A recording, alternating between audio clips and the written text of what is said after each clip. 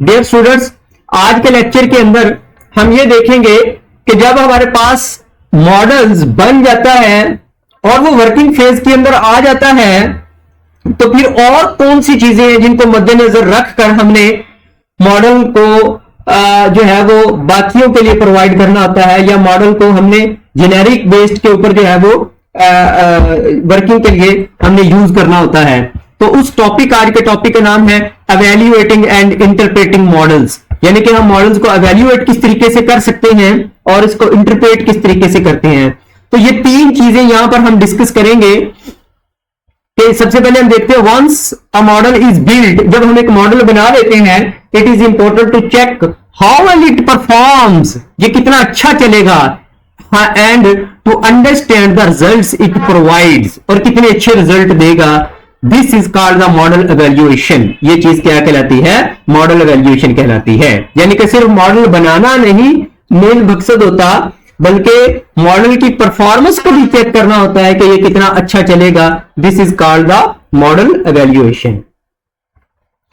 उसके अंदर तीन चीजें हम डिस्कस करते हैं कि परफॉर्मेंस मैट्रिक्स क्या होती है, फिर हम देखेंगे इंटरप्रेटिंग आउटपुट्स देखेंगे, और तीसरी हम इथिकल कंसिडरेशन को मद्देनजर रखेंगे। सबसे पहले परफॉर्मेंस मैट्रिक्स क्या होती है? Performance metrics help us to measure how well a model is doing some common metrics, यानी कि परफॉर्मेंस मैट्रिक्स के अंदर हम दो तरह के मैट्रिक्स निकालते हैं, एक एरर मैट्रिक्स निकालते हैं और एक एक्यूरेसी मैट्रिक्स निकालते हैं। बोलते हैं हम परफॉर्मेंस मैट्रिक्स ही हैं, यानी कि आपसे कोई पूछ सकता है कि परफॉर्मेंस मैट्रिक्स क्या आते हैं। तो परफॉर्मेंस मैट्रिक्स के अगर एरर मैट्रिक्स की बात करें तो error matrix measures how much the models predictions differ from the actual values, यानी कि जो हमने मॉडल बनाया है वो एक्चुअल वैल्यू से कितना डिफरेंट है, ये एरर मैट्रिक्स कहलाता है।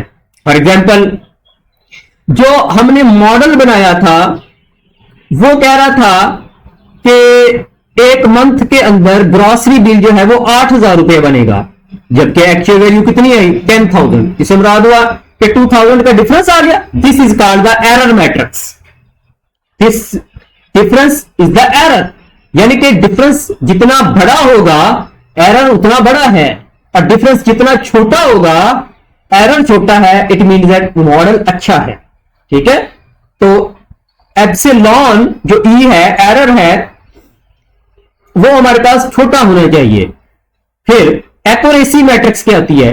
Accuracy metrics tell how many model predictions were correct, कि मॉडल की प्रेडिक्शन कितनी अच्छी है। For example, if the model predicts whether the student will pass और फेल इन एग्जाम, अगर वो बता देता है कि बच्चा पास होगा और बच्चा पास नहीं होता तो इससे मुराद है कि उसके अंदर एक्यूरेसी नहीं है।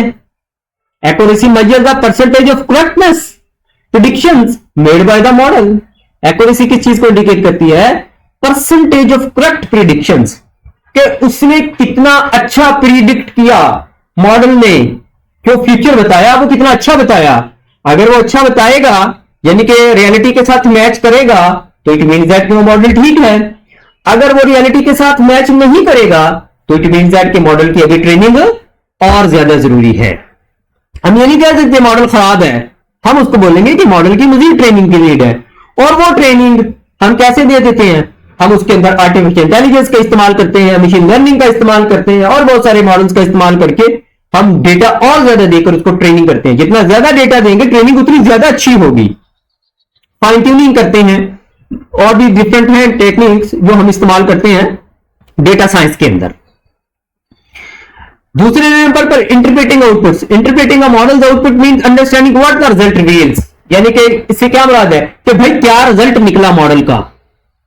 ठीक है, रिजल्ट हमने कैसे निकालते हैं?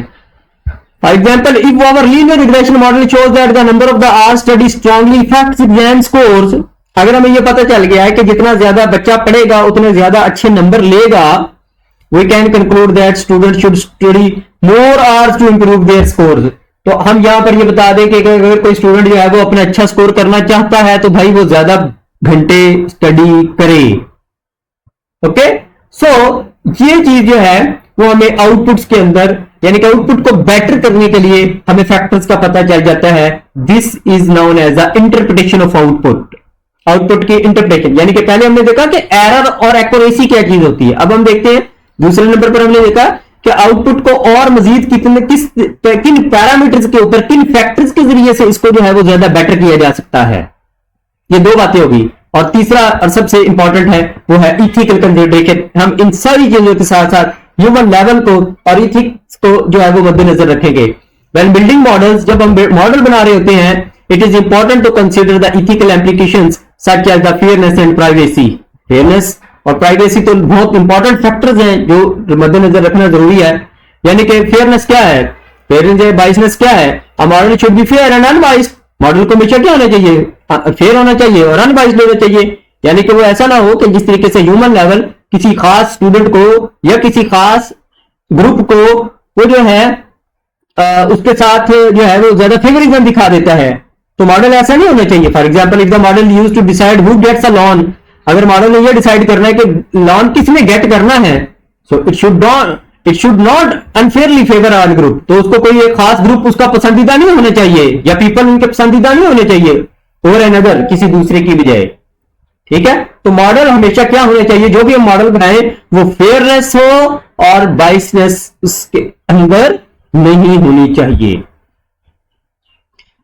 डेटा प्राइवेसी को भी मद्देनजर रखना हमने। When using the personal data to build a model, जब अगर हम एक ऐसा डेटा बना रहे हैं जिसके अंदर हमने बैंक का सारा रिकॉर्ड एंटर करना है, जब उसको किसी भी कस्टमर की पर्सनल इंफॉर्मेशन को एंटर करना है, तो वहां पर हमने इस बात को इंश्योर करना है कि for example if the company using customer data to build a models, there should ensure the data is secure, क्योंकि डेटा हमारा सिक्योर रहेगा and not to share without permission, और उसको परमिशन के बगैर जो है वो शेयर नहीं किया जाएगा। इस चीज की भी श्योरिटी जो है वो मॉडल्स के अंदर हम लाजमी तौर पर कंसिडर करेंगे। तो ये है जी evaluation and interpretation of the models. ये तीन बातें हो गई कि हमारे पास परफॉर्मेंस मैट्रिक्स क्या होती है, आउटपुट की एवेल्युएशन की इंटरप्रिटेशन क्या होती है और इथिकल कंसिडरेशन क्या होती है, जो कि मॉडल की बिल्डिंग का आखिरी स्टेप होता है। इन चीजों को मद्देनजर रखकर हम मॉडल को जो है वो आगे कस्टमर के लिए या आगे अपने जो हमारे पास एंड यूजर्स होते हैं उनके हवाले कर दे, ताकि वो यूज करके इसकी जो है वो एप्लीकेशन से फायदा उठा सके। Thank you.